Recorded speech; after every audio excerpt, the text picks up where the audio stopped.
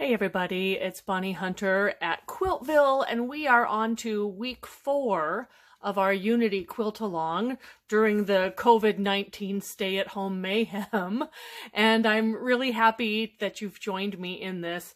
We are going to be making this little block for the next round. It's kind of a friendship star with a pinwheel attitude, and these blocks will be joined to each other to circle the quilt for round 4. For the rest of our information, if you're just joining us, you might want to click the Unity Quilt Along tab at the top of my blog at quiltville.blogspot.com. This is a limited time mystery. After this is all said and done and we are out of quarantine, this pattern will be rewritten and become a digital pattern in the Quiltville store. So you might check that. If you can't find the Unity Quilt Along tab, check the Quiltville store at quiltville.com and you'll be able to find it there after the fact.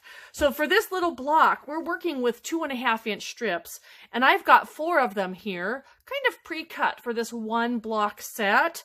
You don't have to pre-cut them. I just wanted to share with you the minimum length that you need to cut 4 pairs of half square triangles from each strip set. So I've got a aqua strip, a neutral, a red strip, and a neutral, and we're going to cut all 8 triangles for this one block at the same time. Cutting it this way enabled me to pull sets that I liked together and kept them as a set as I was making blocks, and made the process really fun as to pull which fabrics would go next to which one in the block. You will also need a 2.5-inch square to be the block center, and I chose those pre-cut already from my Scrap User System 2.5-inch squares bin. So we're going to set that one aside from now. Let's even move the block off to the side. We will have some strategic pressing on this block. Let me turn this over and show you really quickly. I have pressed the aqua triangles toward the neutral, which we usually think of pressing towards the dark. But in order to nest seams when these blocks come together, then we want to press some of them the opposite direction. So your opposite triangles are going to go towards the neutral. And then the red triangles, we are going to press that neutral triangle towards the red. So that's just one thing to keep in mind. Another thing to keep in mind, when you stitch your rows together, we are going to press the center row towards the center, which means the top and bottom rows are going to go out towards the corner triangles. Then for your last 2 seams, we're going to press those last 2 long seams towards the center. So when we rotate these blocks in the border, the place where 2 seams go in is going to nest with the place where 2 seams go out, and that will have that border nesting all the way around your quilt center. So that's some little hints ahead of time for you to remember. What we're going to do here is take one neutral strip and place it right sides together with your turquoise. And let's get this centered camera here. I am working where I can really not see what I'm doing. And then we're going to take a second neutral strip. Now you can use the same neutral for both if you wish, if you're doing one fabric as background, but I like to mix things up. And then we are going to take one strip and place it on top of the other. How short, or what's the minimum length of these strips? About 7.5 inches. At the 7.5 inches, I can get 4 half square triangle cuts using my Essential Triangle tool. We demonstrated this in part 3. We did cut half square triangles in part 3, but they were a lot smaller. So this week we're giving you a little bit of a break. We're working with 2.5-inch strips.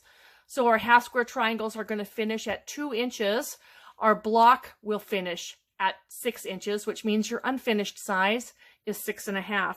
The first thing I want to do is put any line, and I've got the dotted line here at the top, so the square corner of the ruler is at my upper right. I'm going to place that at the edge of the strip set just so that I can get a nice clean cut on the edge.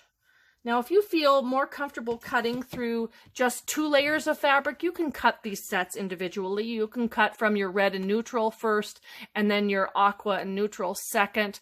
But this way I get all 8 triangles together.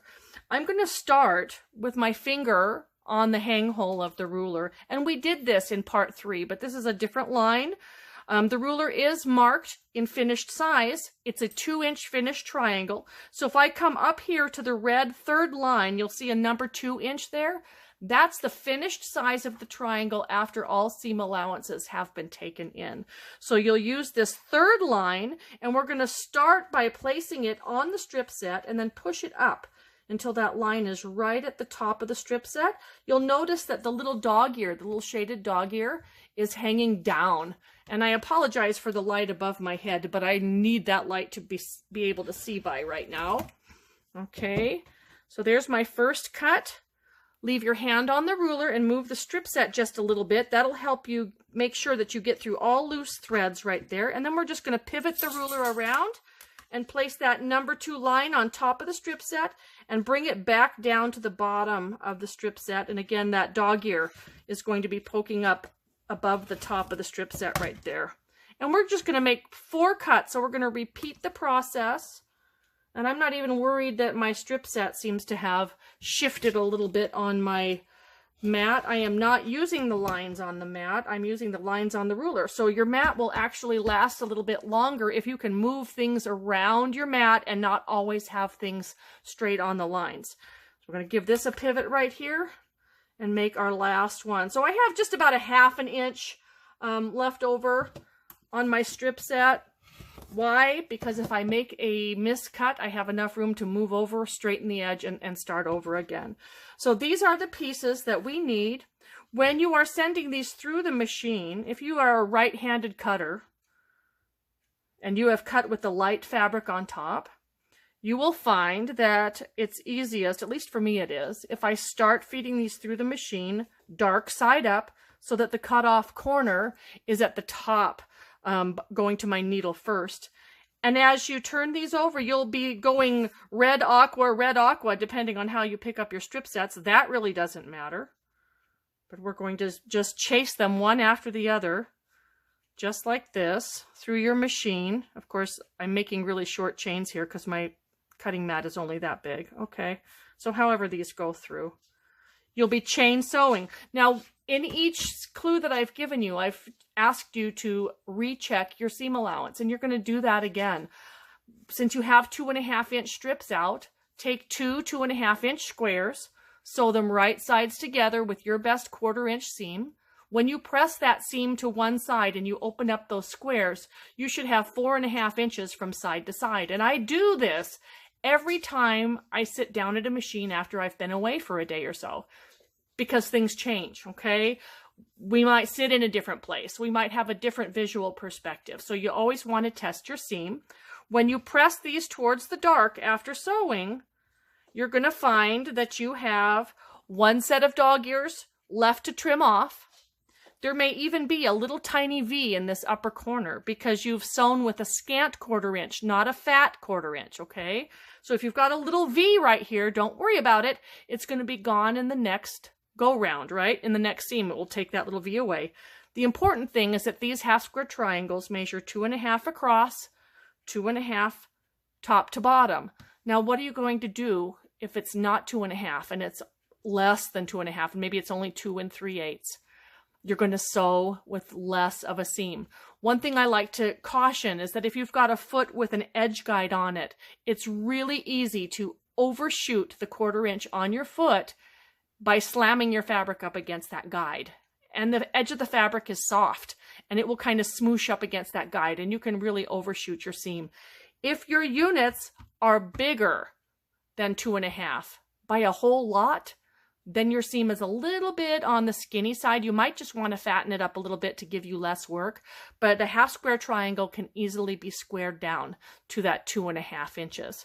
You're going to be cutting 32 sets of what I've just shown you here. We have 32 of these blocks in step 4, okay? For more information, visit my blog post at quiltville.blogspot.com. You'll find it under the Unity Quilt Along tab at the top of the blog. I hope you're having a great time with our mystery. I know I sure am. And if we all stay home, stay safe, we can beat this thing. We've been saving our fabric for decades. Quilters are prepared. We can do this. I'll catch you later. Bye-bye, everybody.